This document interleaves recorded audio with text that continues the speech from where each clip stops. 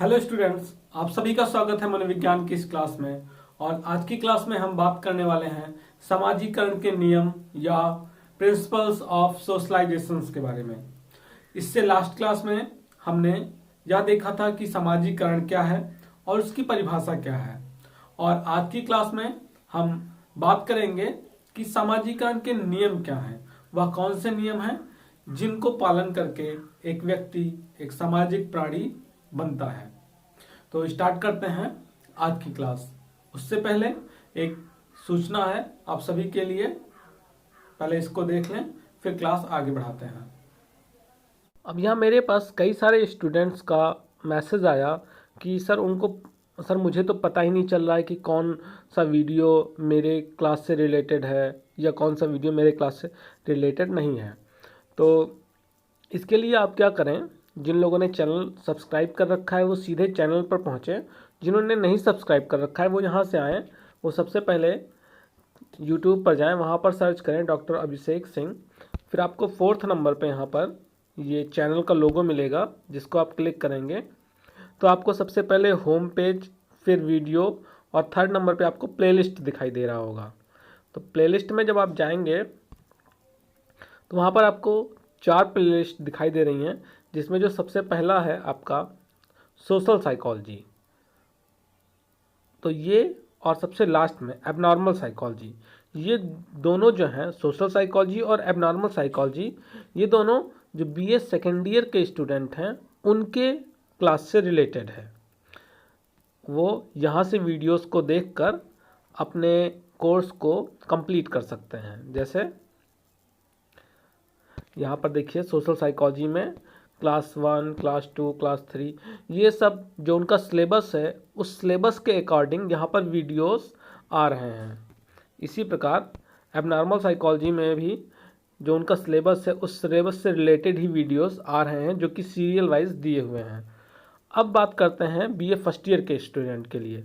तो BA first year के लिए यहाँ पर जो जनरल साइकोलॉजी है, यहाँ पर देखें, ये बीए फर्स्ट ईयर के स्टूडेंट्स के लिए है। यहाँ पर वो आकर और अपने क्लास से रिलेटेड वीडियोस को देख सकते हैं, जो कि सीरियल वाइज दिए हुए हैं और यहाँ से उनका सिलेबस कवर हो रहा है। फिर जो डेवलपमेंटल साइकोलॉजी है, ये भी बीए फर्स्ट ईयर के स्टूडेंट्स के लिए है। इसमें भी जल्द ही रेगुलर वीडियोस आने लगेंगे। तो अब कोई कन्फ्यूज़न नहीं होनी चाहिए। जो बीए फर्स्ट ईयर के स्टूडेंट हैं वो जनरल साइकोलॉजी और डेवलपमेंटल साइकोलॉजी वाले प्लेलिस्ट में आएंगे और वहाँ से अपनी वीडियोस को देखेंगे। जहाँ पर देख रखे हैं उससे आगे वीडियोस आ रहे हैं तो उससे वहाँ पर वो नोट करेंगे। और जो बीए सेकेंड ईयर के स्टूडेंट हैं वो सोशल साइकोलॉजी और एबनॉर्मल साइकोलॉजी के प्लेलिस्ट को ओपन करेंगे और वहाँ से अपने कोर्स से रिलेटेड वीडियोस को देखेंगे।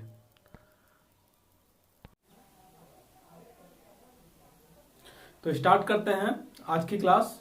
हमारा पहला नियम है अनुपालन का नियम या प्रिंसिपल ऑफ कन्फर्मिटी।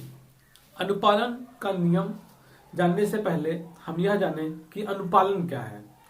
जब एक व्यक्ति किसी समूह के दबाव में आकर अपने व्यवहार में परिवर्तन लाता है तो उसे हम अनुपालन कहते हैं। अब आगे देखते हैं हम इसमें क्या लिखा गया है कि जब व्यक्ति किसी समूह के दबाव में आकर उस समूह की मान्यताओं के अनुसार अपने व्यवहार में परिवर्तन लाता है तो उसे हम अनुपालन कहते हैं। और इस परिवर्तन का परिणाम यह होता है कि वह उस समूह के या उस समाज की मान्यताओं, उस समाज के नियमों, उस समाज के मानकों के अनुसार व्यवहार करने लगता है।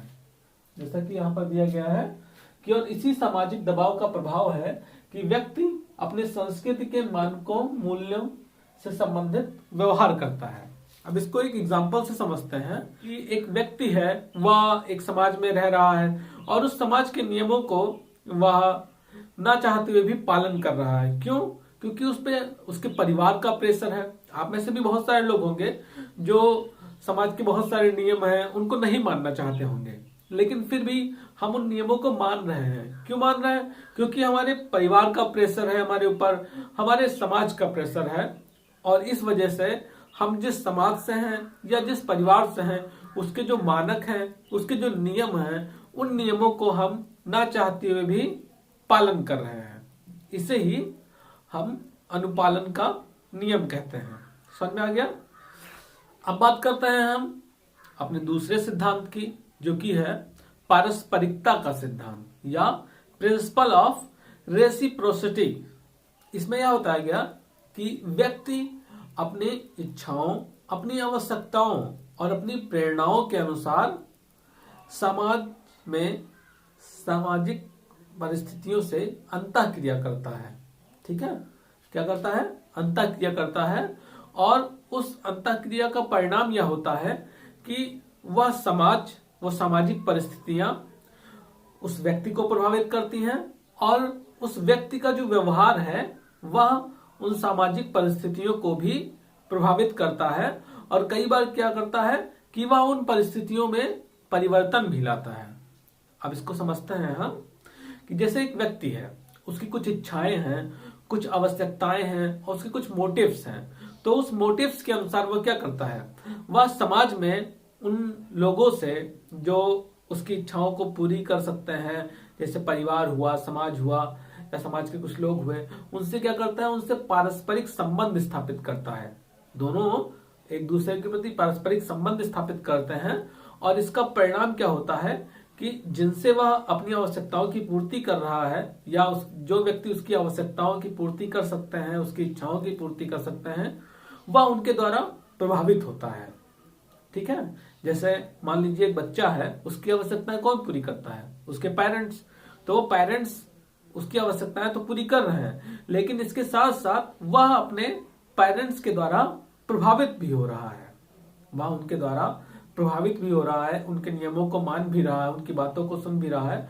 लेकिन कई बार क्या होता है कि जो व्यक्ति है या जो बच्चा है वह अपने पेरेंट्स को भी प्रभावित करता है।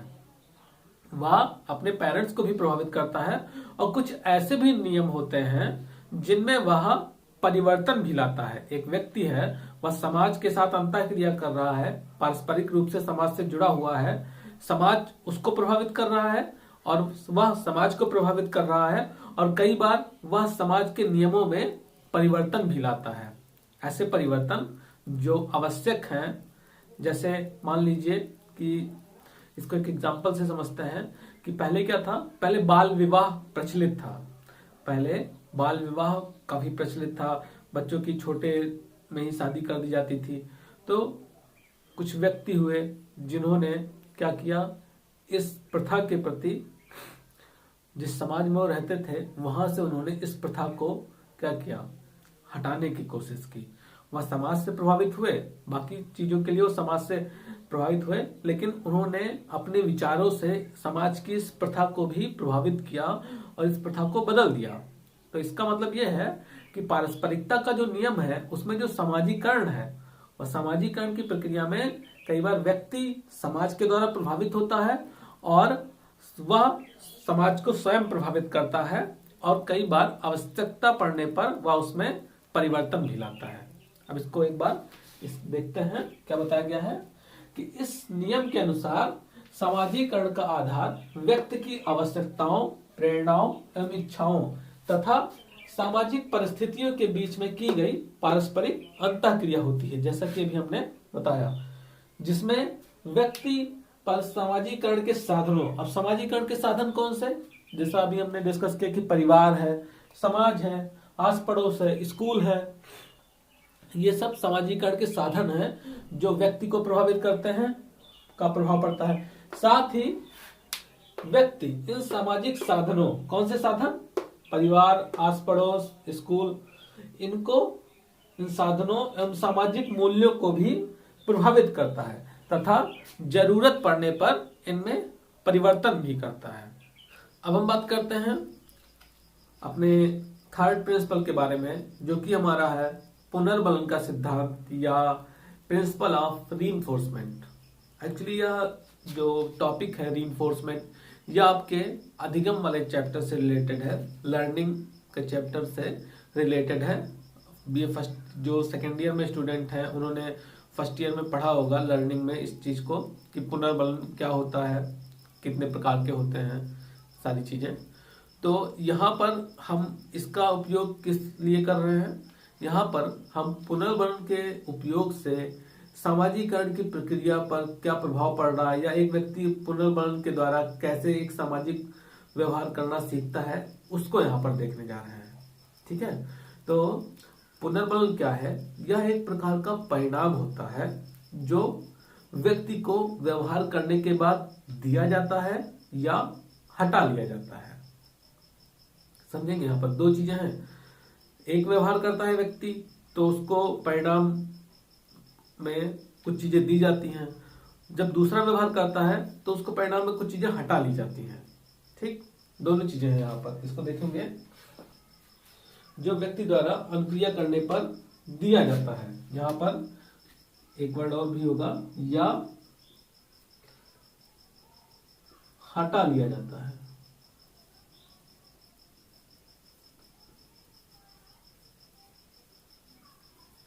इसको ध्यान से समझेंगे आप, क्योंकि ये काफी इंपॉर्टेंट है आगे के लिए भी।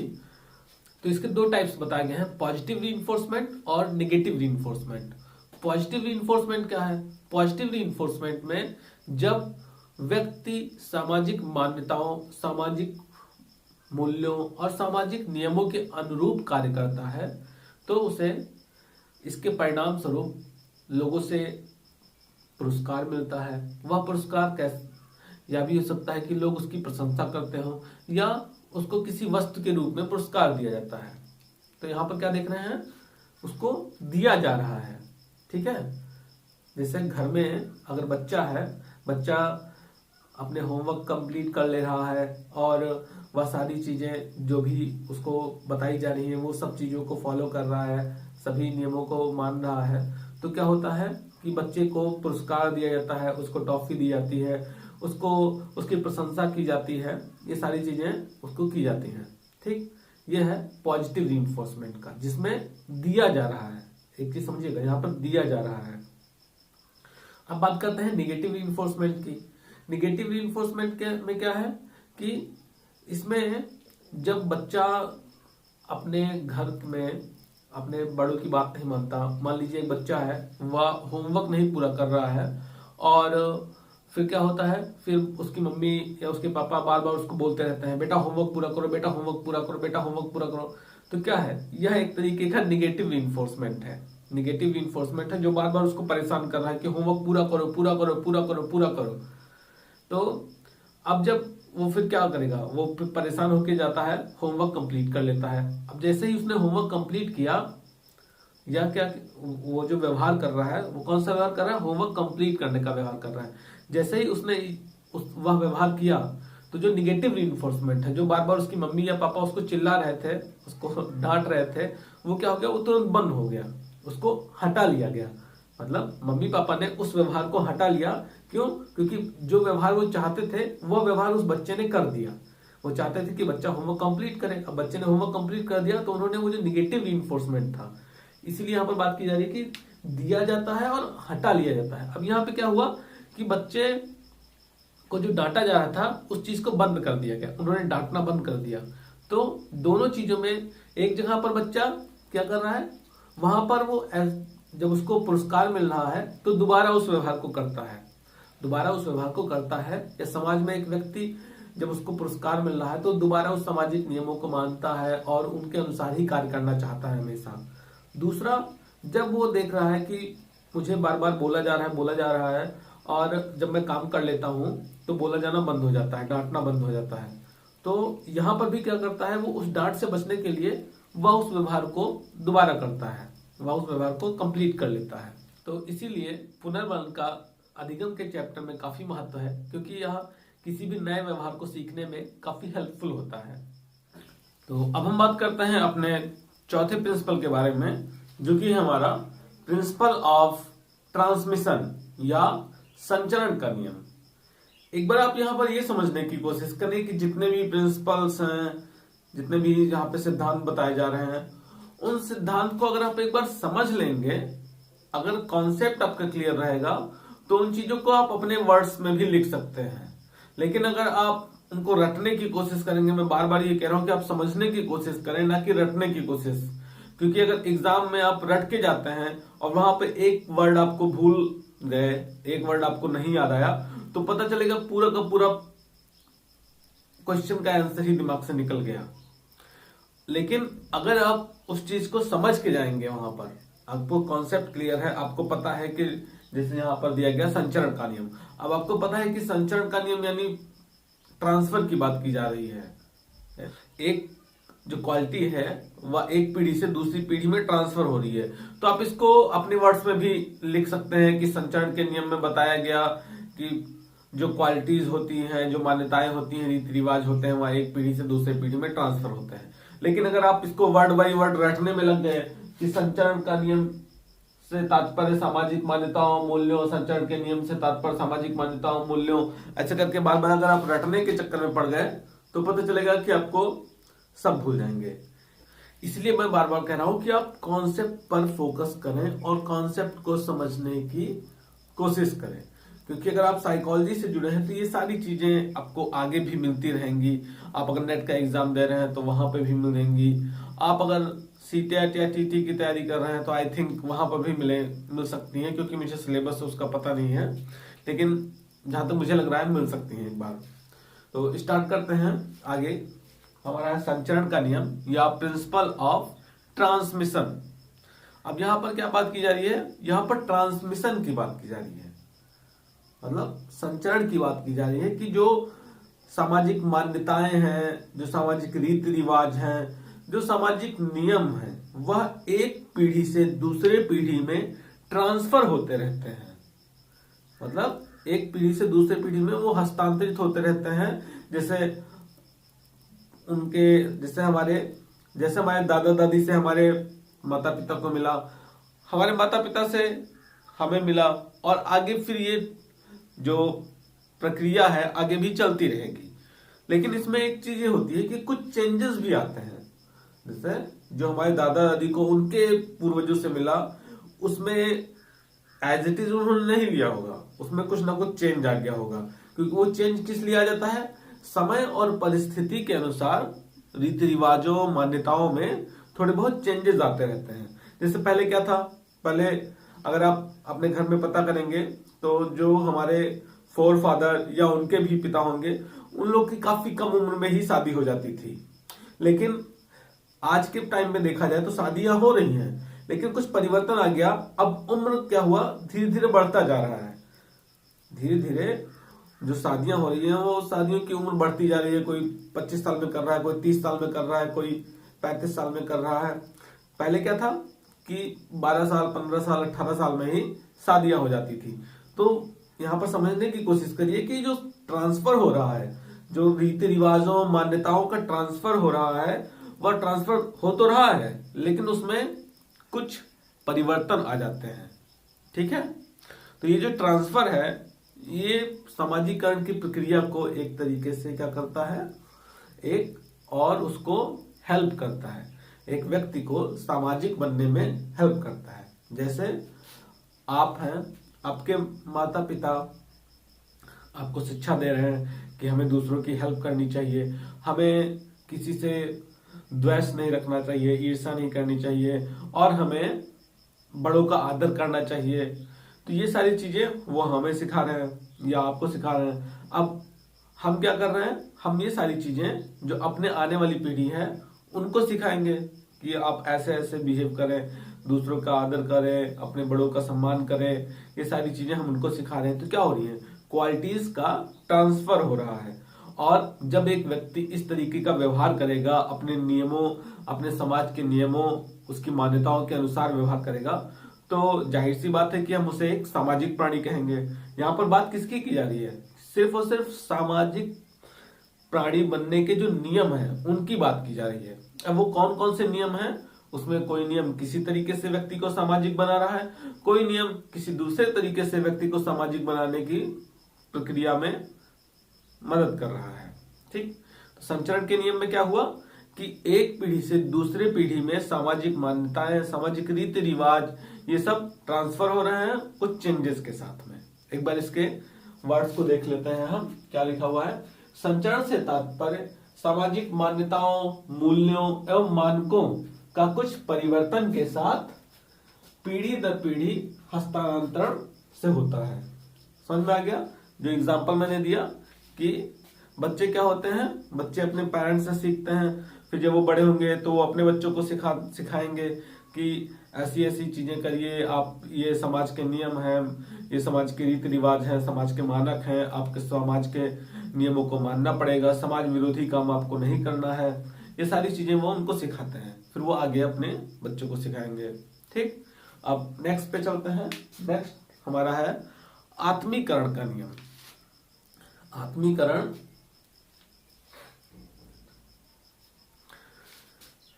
अब नेक्स्ट प्रिंसिपल पर चलते हैं, जो कि हमारा है आत्मीकरण का नियम या principle of identification.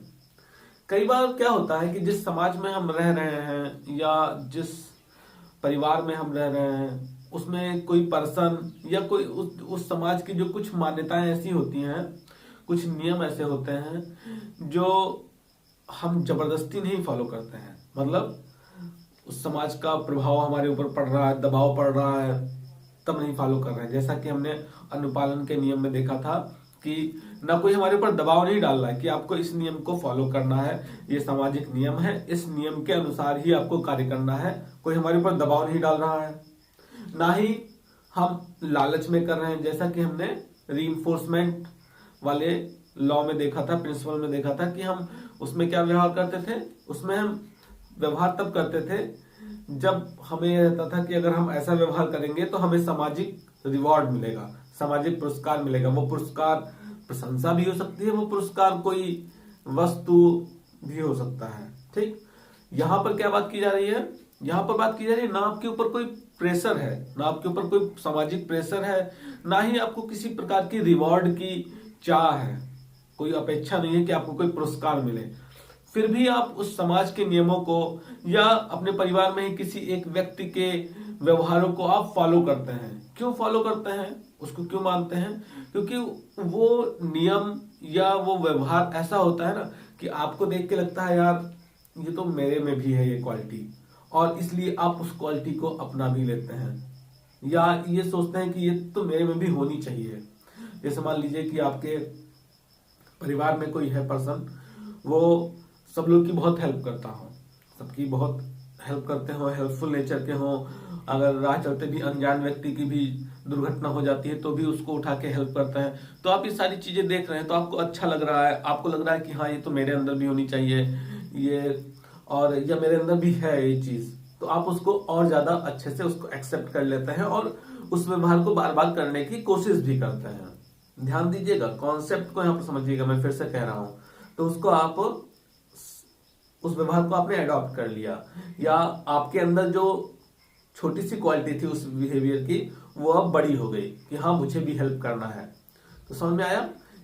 Identification, principle of identification में किसकी बात की जा रही है कि आपने उसको आत्मसात कर लिया, उस बिहेवियर को।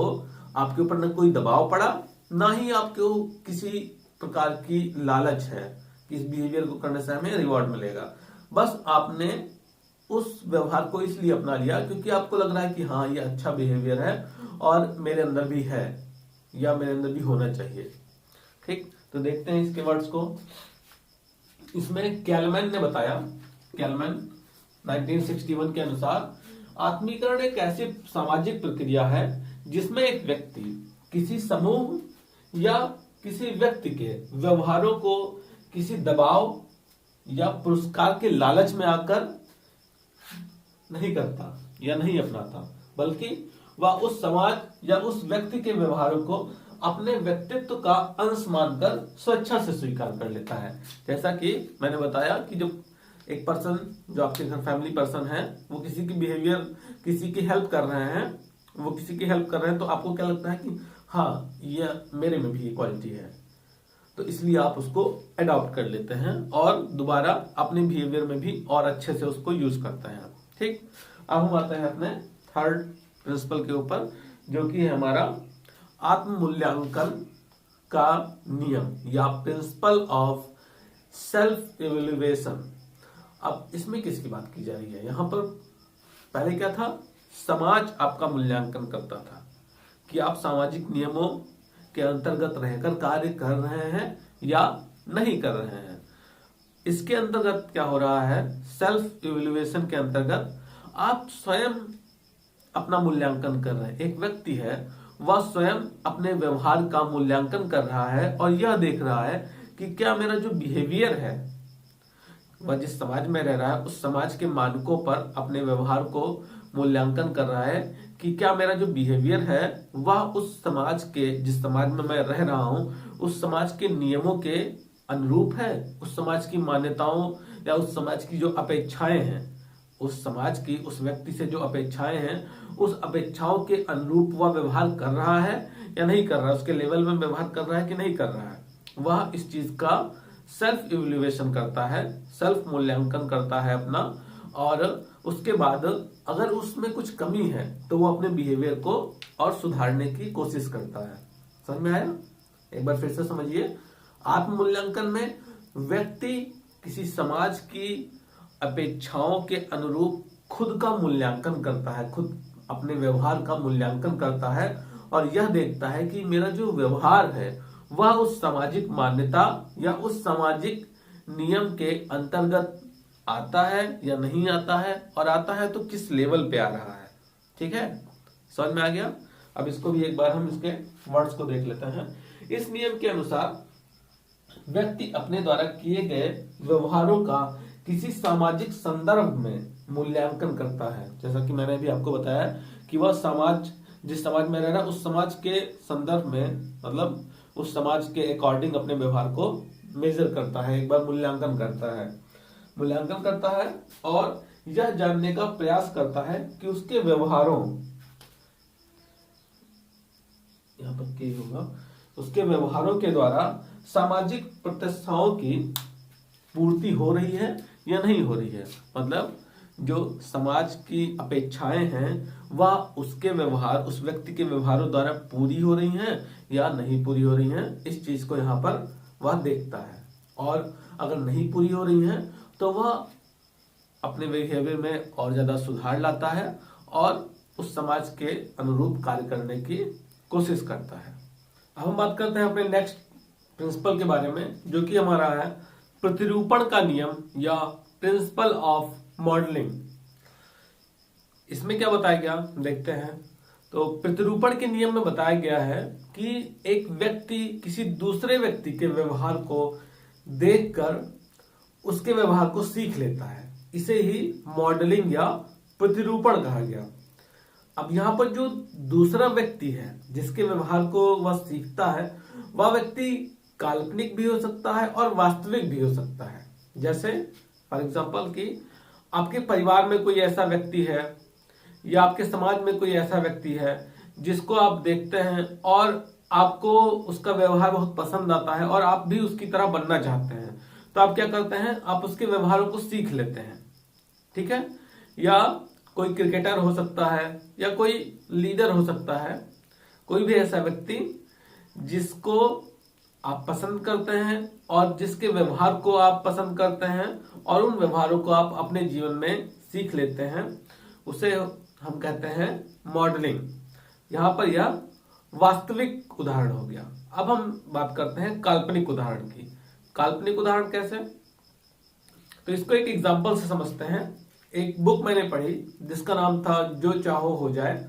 वह हमारे पूर्व राष्ट्रपति के.आर. नारायणन के सचिव की थी, सचिव के द्वारा लिखी गई थी। तो वो उसमें अपनी कहानी लिखते हैं और बताते हैं कि कैसे एक काल्पनिक किरदार ने, कैसे एक काल्पनिक किरदार या एक काल्पनिक एक्टर ने उनकी पूरी लाइफ को चेंज कर दिया। वह बताते हैं कि उनकी फैमिली में उनकी माँ थी और उनके पिता का देहांत हो चुका था और उनकी माँ एक शॉप चलाती थी और वह उस शॉप के लिए, उस दुकान के लिए सामान लेने के लिए 25 किलोमीटर साइकिल से जाते थे, फिर वहां से वो अगले 50 किलोमीटर बस से सफर करते थे। तो बताते हैं उसमें आगे कि एक बार क्या हुआ कि वो जब वापस लौट रहे थे बस से सामान लेकर तो रास्ते में काफी ज्यादा बारिश होने लगी, जिसकी वजह से बस आगे नहीं जा पाई और बस वापस चली गई शहर की तरफ। अब रात बस वहीं रुकनी थी, तो उन्होंने सोचा, उन्होंने काफी हिम्मत किया। वो लिखते हैं कि मैंने हिम्मत किया घर में झूठ बोलने का, और मैं चला गया, पास में ही एक थिएटर था, तो वहां पर वो मूवी देखने चले गए, और उसमें महमूद की कोई मूवी लगी थी। तो बताते हैं कि वो उस मूवी में दिखाया गया कि महमूद पूरे दिन तो होटल में काम करते थे, वह सफाई करें, बर्तन धुले, सारे काम करें, फिर रात में जब वो सोने चलते थे, उसी होटल में एक छोटा सा कोने में वो सोते थे, तो जब वो सोने चलते थे तो वो क्या करते थे, वो सोने से पहले वो किताबें पढ़ते थे, वो अंगीठी या मोमबत्ती जलाकर किताबें पढ़ते थे, और उन्होंने हाई स्कूल का फॉर्म भर रखा था, और वह उसको पास करते हैं एग्जाम को। तो जब इस मूवी को इन्होंने देखा, जो के आर नारायण के जो सचिव थे, उन्होंने जब देखा, सचिव तो वो बाद में बने, पहले क्या थे, वो एक बालक थे जो जिसकी पढ़ाई छूट चुकी थी, जिसके पापा नहीं थे, और जिसकी मदर एक दुकान चलाती थी। तो जब इन्होंने उस मूवी को देखा तो इनके मन में आया कि अगर ये पर्सन कर सकता है, या अगर ये इतनी अभाव में रहकर पढ़ाई के बारे में सोच सकते हैं, पढ़ाई कर सकते हैं, तो मैं भी कर सकता हूँ, मुझे भी करना चाहिए। फिर वो वापस आए, वापस आकर वो उन्होंने इंटर का फॉर्म भरा, प्राइवेट इंटर पास किया, फिर बीए पास किया, फिर बाद में सारे कई अन्य परीक्षाओं को पास करते करते वो क्या बन गए, वो उपराष्ट्रपति के सचिव पद तक पहुंच गए। तो वो बताते हैं कि कैसे एक मूवी ने, एक काल्पनिक किरदार ने उनकी पूरी लाइफ को चेंज कर दिया। तो यहाँ पर क्या हुआ, यहाँ पर भी मॉडलिंग की प्रक्रिया हुई, लेकिन वास्तविक किरदार नहीं था, वास्तविक व्यक्ति नहीं था, यहाँ पर कौन था, काल्पनिक व्यक्ति के द्वारा मॉडलिंग हुई। तो अब समझ में आया कि मॉडलिंग क्या है। मॉडलिंग में एक व्यक्ति दूसरे व्यक्ति के व्यवहारों को, वह दूसरा व्यक्ति वास्तविक भी हो सकता है और काल्पनिक भी हो सकता है, उसके व्यवहारों को सीखता है और अपनाता है। अब हम आते हैं अपने लास्ट पॉइंट पर, लास्ट प्रिंसिपल, जो कि हमारा है समस्थिति का नियम या प्रिंसिपल ऑफ होम्योस्टैटिक्स। इसमें क्या बताया गया, तो इसमें फ्रायड और उनके साथी मैकडूगल ने बताया कि व्यक्ति समाज की कुछ व्यवहारों को बड़ी तेजी के साथ सीख लेता है। व्यक्ति समाज में कुछ व्यवहारों को बड़ी तेजी के साथ सीख लेता है। अब वह तेजी के साथ सीखता क्यों है, क्योंकि उन व्यवहारों को करने के लिए उसके अंदर आवश्यकता उत्पन्न होती है। उसको लगता है कि हाँ, मुझे ये व्यवहार करना चाहिए, उसके अंदर आवश्यकता उत्पन्न है कि मुझे ये व्यवहार करना चाहिए, और इसलिए उसने उस व्यवहार को तेजी के साथ सीख लिया। अब इसमें एक और अन्य पॉइंट भी है, इसमें बताते हैं कि व्यक्ति क्या है, व्यक्ति हमेशा एक साम्यावस्था की स्थिति में रहना चाहता है। एक मतलब ना, उसको दिमाग में बहुत ज्यादा टेंशन नहीं चाहिए होता है, वो रिलैक्स रहना चाहता है। और कई बार जब उसके दिमाग में टेंशन आता है, उसके दिमाग में संघर्ष होता है, मानसिक संघर्ष, तो वह उस संघर्ष को दूर करने के लिए जो भी उपाय होते हैं वह वो करता है।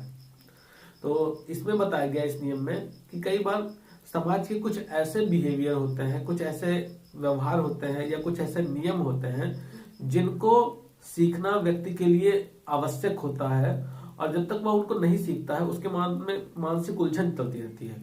तो उस उलझन को हटाने और अपने माइंड को एकदम शांत अवस्था में रखने के लिए वह तेजी के साथ एफर्ट करके उस व्यवहार को सीख लेता है। इसे ही समस्थिति का नियम कहा गया, और इसमें वह कई बार सामाजिक व्यवहार को सीखता है, तो उससे उसको लाभ भी मिलता है। एक बार यहाँ पर इसको देखते हैं क्या बताया गया है। इस नियम के अंतर्गत फ्रायड तथा मैकडूगल ने बताया कि व्यक्ति वैसे सामाजिक व्यवहार को जल्दी सीख लेता है जिसे सीखने की आवश्यकता उसे महसूस होती है, जैसा कि अभी मैंने बताया आपको, क्योंकि यह आवश्यकता उसके भीतर संतुलन की स्थिति को चुनौती देती है। मतलब जब तक वो आवश्यकता पूरी नहीं होती तब तक उसके अंदर एक कॉन्फ्लिक्ट रहता है, एक संघर्ष चलता रहता है। जब वह उस आवश्यकता को पूरा कर लेता है, उस व्यवहार को सीख लेता है, तो उसकी आवश्यकता पूरी हो गई। जब उसकी आवश्यकता पूरी हो गई तो वह फिर से एक साम्यावस्था की स्थिति में आ गया। समझ में आ गया। तो इस क्लास में इतना ही। अगर इस क्लास से रिलेटेड कोई सुझाव हो तो आप हमें कमेंट कर सकते हैं। धन्यवाद।